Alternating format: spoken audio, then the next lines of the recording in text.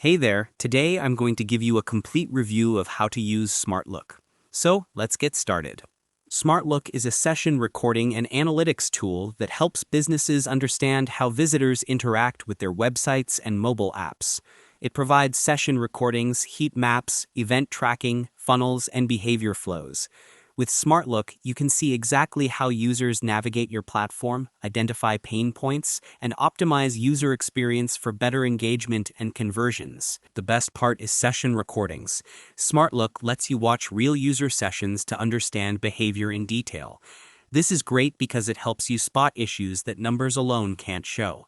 Heat maps are another advantage. You can see where users click, hover, and scroll on your site.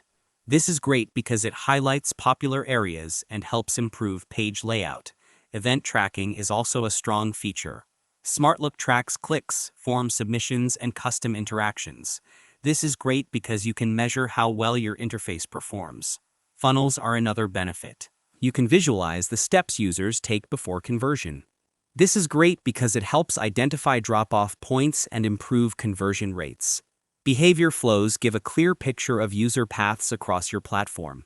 The best part is, it helps optimize navigation and enhance user experience.